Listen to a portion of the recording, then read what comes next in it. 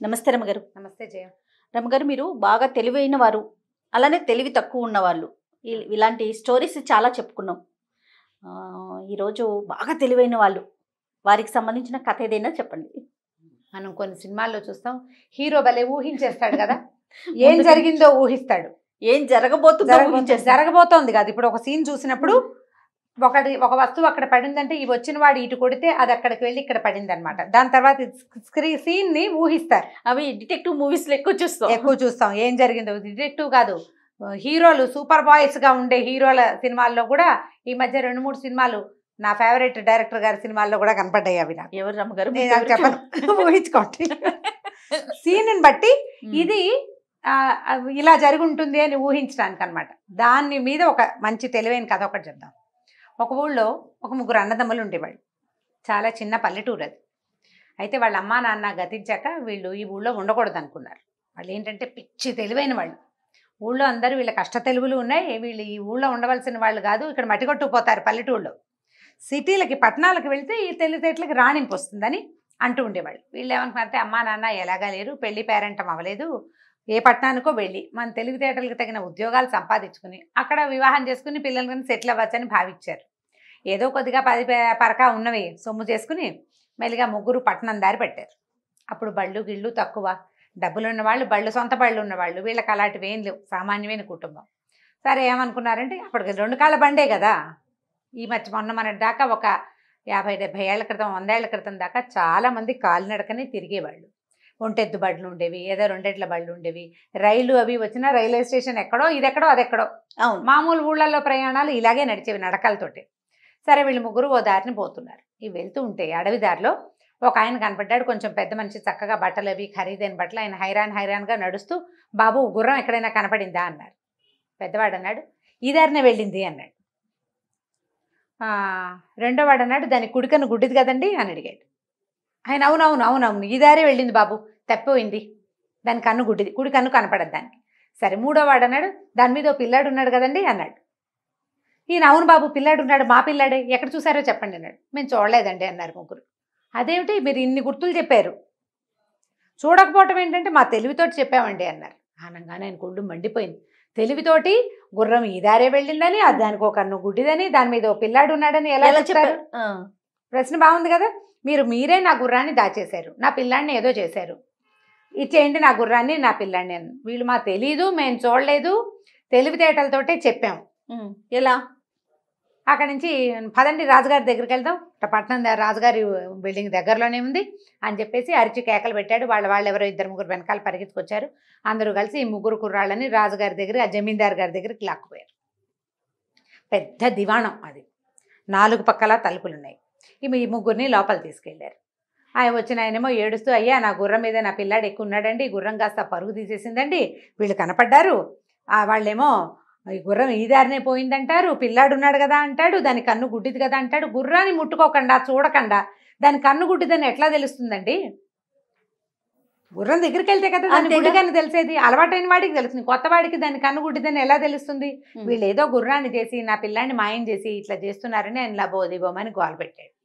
గోలు పెట్టేసరికి ఈయన ఏమయ్యో చూస్తుంటే మంచి వాళ్ళే ఉన్నారు, చెప్పండి సమాధానం ఎలా చెప్పారు మీరు? మేము చూడలేదని వీళ్ళు బతుకుంటారు అంటే మా తెలివితేటలతో చెప్పామండి అన్నాడు. ఏం తెలివోయ్, అదేం తెలివి, ఇలాంటి విషయాలు ఎలా తెలుస్తాయి తెలివితోటి అనేసరికి ఎందుకు తెలియదండి, గుర్రం కాలు గుర్తులు కనపడుతున్నాయి అంటే అది ఈ దారినే వెళ్ళినట్టు ఒకటి అయిందా. తర్వాత కుడివైపు ఉన్న ఆకులన్నీ, ఎడమవైపు ఉన్న ఆకులన్నీ మేసున్నట్టున్నాయి.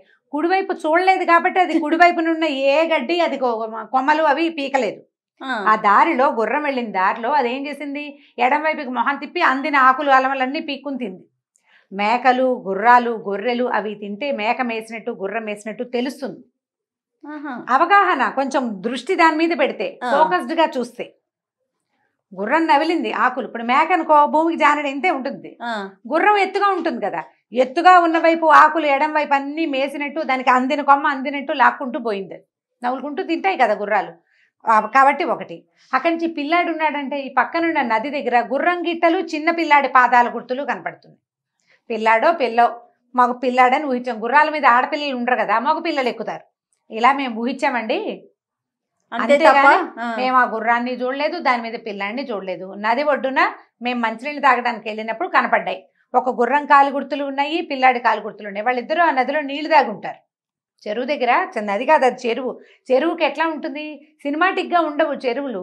నీళ్ళు లోపలికి ఉంటే వీళ్ళు గట్టి దిగి అక్కడ 4 అడుగులు నడవాలి. అడుగుల గుర్తులు పడతాయి. ఇంకెవరు అక్కడికి రాకపోతే గుర్తులు అలాగే ఉంటాయి. అడవుల్లో తెగ తిరిగేస్తారు ఆ జనం, తక్కువ ఉంటారు కదా, కాలు గుర్తులు కనపడతాయి. గుర్రం పక్కనే కుర్రాడు కాళ్ళు ఉన్నాయంటే ఖచ్చితంగా వాళ్ళిద్దరూ కలిసి వచ్చారు. మంచినీళ్ళు తాగారు, వెనక్కి ఎక్కారు. మళ్ళీ వాడు గుర్రం ఎక్కాడు, గుర్రం వెళ్ళిపోయింది. దాని కుడికన్ను గుడ్డిది, అందుకని ఎడం వైపువే మేసున్నాయి. ఈ దారినే కాలు బిట్టలు కనపడతాయి. ఇంకేవి రాలా వెహికల్స్. అప్పుడు అసలు బళ్ళు సైకిళ్ళు అవి కూడా లేవు కదా, గుర్రాలు అవి నడిస్తే తెలుస్తాయి. పులివి పగ్మార్క్స్ అవి కూడా అడవుల్లో అలాగే గుర్తుపడతారు. ట్రాఫిక్ లేని చోట క్లియర్గా తెలిసిపోతుంది కదా. అనేసరికి రాజుగారు ఆలోచించాడు. రాజు, ఓహో ఇదేదో తెలివిగానే ఉంది, మ్యాటర్ బాగానే ఉంది. అయితే మీరు ఏదైనా తెలివితో చెప్పగలరా అన్నాడు. అది చెప్పగలమండి, ప్రయత్నం చేస్తాం అనేసరికి సరే ఒక లోపల పక్కన ఉన్న సైనికుడికి చెవిలో ఒకటి చెప్పాడు రాజుగారు. సరే ఒక వాకిలి నుంచి 4 పక్కల తలుపులు ఉన్నాయి కదా దివాణానికి. ఒక సైనికుడు ఒక అట్టపెట్టెతోటి ఒక వస్తువు పట్టుకొచ్చాడు. అందులో ఏమున్నాయో మీ తెలివితోటి చెప్పండి అంటే పెద్దవాడు అన్నాడు, అది కొంచెం తేలికైన వస్తువు అండి అన్నాడు. ఎలా తెలుస్తుంది? మోసేదాన్ని బట్టి, మన అబ్జర్వేషన్కి తెలిసిపోతుందా? అక్కడి నుంచి రెండోవాడు అన్నాడు, అవేవో గుండ్రటివండి. మూడోవాడు చెప్పాడు, మామిడికాయలు అయి ఉంటాయి. ఓపెన్ చేసి చూశారు. ఇంత అట్టపెట్టెలో ఒక 1/2 డజన్ మామిడికాయలు ఉన్నాయి. ఓకే. రాజు ఆశ్చర్యపోయాడు, ఎలా తెలిసిందే అని. ఏముందండి అబ్జర్వేషను, బరువుగా ఉంటే అని మోసేవాడు, వాడు ఇలా పుచ్చుకొస్తున్నాడంటే అది బరువు లేదన్నమాట. ఒకటి. అక్కడి నుంచి తెస్తూ ఉంటే వస్తువు కదిలి డరడరని శబ్దం వస్తుంది. గుండ్రటివి కాబట్టి కదులుతాయి. బల్లపరుపుగా ఉండే వస్తువు అయితే కదలదు, గుండ్రటిదైతే కదా దొర్లే. అంతే, దొర్లేని శబ్దం వినపడుతోంది కాబట్టి చెవులు కన్ను పనిచేస్తున్నాయి వాళ్ళకి బాగా ఫోకస్డ్గా. గుండ్రటివి. వాడు తూర్పు వైపు వాకిట్లోంచి వచ్చాడు. తూర్పున పెద్ద మామిడి తోపు ఉంది, మామిడికాయల కాలం. వాసన తెలుస్తుంది, అది వాసన తెలుస్తుంది. మామిడికాయ ఫ్రెష్గా తుంపంగానే ఒక 1/2 డజన్ మామిడికాయ తుంపితే దాని సొనవాసన వస్తుంది. అవును. ముట్టుకోకుండా దాన్ని ఓపెన్ చేయకుండా అందులో ఏముందో చెప్పగలిగారు వీళ్ళు. రాజు ఆశ్చర్యపోయాడు, ఇదేం ప్రజ్ఞ. మరి ఇప్పుడు ఆ పిల్లాడు గుర్రం మీద ఉన్నాడు, అతను ఎట్లాగో ఈ పిల్లాడు అన్నాడు. ఈ పాటికి ఇల్లు చేరిపోయి ఉంటారండి. గుర్రము పరిగెత్తల, హ్యాపీగా నడుస్తోంది. దాని కాళ్ళు దూరంగా పడలేదు, కొంచెం దగ్గరగానే పడ్డాయి. పిల్లాడికి ఇల్లు దారి తెలుసు. వాడు చెరులోకి తీసుకెళ్ళి దీనికి గుర్రానికి నీళ్లు పెట్టాడంటే గుర్రానికి ఇల్లు దారి తెలుసు, కుర్రాడికి ఇల్లు దారి తెలుసు. కాసేపు తిరిగి పెద్దవాళ్ళు వద్దంటారని వాళ్ళకి అందకుండా పరిగెత్తాడు. అది నిదానంగా నడుస్తూ ఈ వాటికి ఇంటికి వెళ్ళిపోయి ఉంటుంది అన్నారు. ఇంతలో ఇంటి దగ్గర నుంచి ఒక పాలేరు పరిగెత్తుకొచ్చాడు. అయ్యగారు గుర్రం మీద చిన్నబాబు వచ్చేసాడండి అన్న.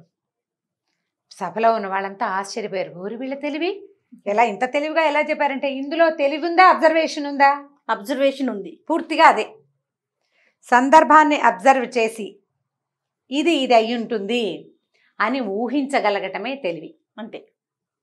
అస్సలు కంటితో చూడకుండా తెలివిగా ఎలా చేసేస్తారు ఎవరైనాను? కంటితో చూసి అక్కడున్న పరిస్థితులను బేరీజ్ వేసి ఇది అయ్యి ఉండొచ్చు అని చెప్పగలిగేది ఒక రకమైన డిటెక్టివ్ల స్ఫూర్తి, వాళ్ళదే ఆ ఐడియాస్. సో ఈ రాజుగారు వీళ్ళని చాలా ఆశ్చర్యపోయి ఈ ముగ్గురిని తన దివాణాల్లోనే మంచి పనిలో కుదుర్చుకున్నారు. ఏ పెద్ద మంచి తాలూకు కొడుకుని చూసామని చెప్పారు. ఆయనకున్న ఒక పిల్లని ఈ ముగ్గురు అన్నదమ్ముల్లో ఒకడికి ఇచ్చి పెళ్లి చేశాడు కూడా తర్వాత కాలంలో. వీళ్ళు చక్కగా ఉద్యోగాలు సంపాదించుకుని చాలా బాగా ఆ ఊళ్ళోనే ఉంటూ తమ పల్లెటూరికి మంచి పేరు తెచ్చారు. ఆ ఊరు నీళ్లు తాగితే ఇలా తెలివితేటలు వస్తాయని చెప్పుకునే వాళ్ళట. ఏ ఊరు రమ్మగారు? ఏమో తెలివిగల ఊరు ఏదో, అంతే. అది మీ ఊరైనా కావచ్చు, మా ఊరైనా కావచ్చు, అంతే. తెలివితేటలు ముఖ్యం. అదే కదా. బాగుంది, చాలా బాగుందండి, మంచి తెలివి కథ. రైట్ రామ్ గారు, ఇంకొక స్టోరీతో మళ్ళీ కలుద్దాం. నమస్తే. తప్పకుండా చేయండి. నమస్తే. ఇక ఈ వీడియో కనుక మీకు నచ్చినట్లయితే లైక్ చేయండి, షేర్ చేయండి. మరిన్ని ఇంట్రెస్టింగ్ వీడియోస్ కోసం మా ఛానల్ని సబ్స్క్రైబ్ చేసుకోండి.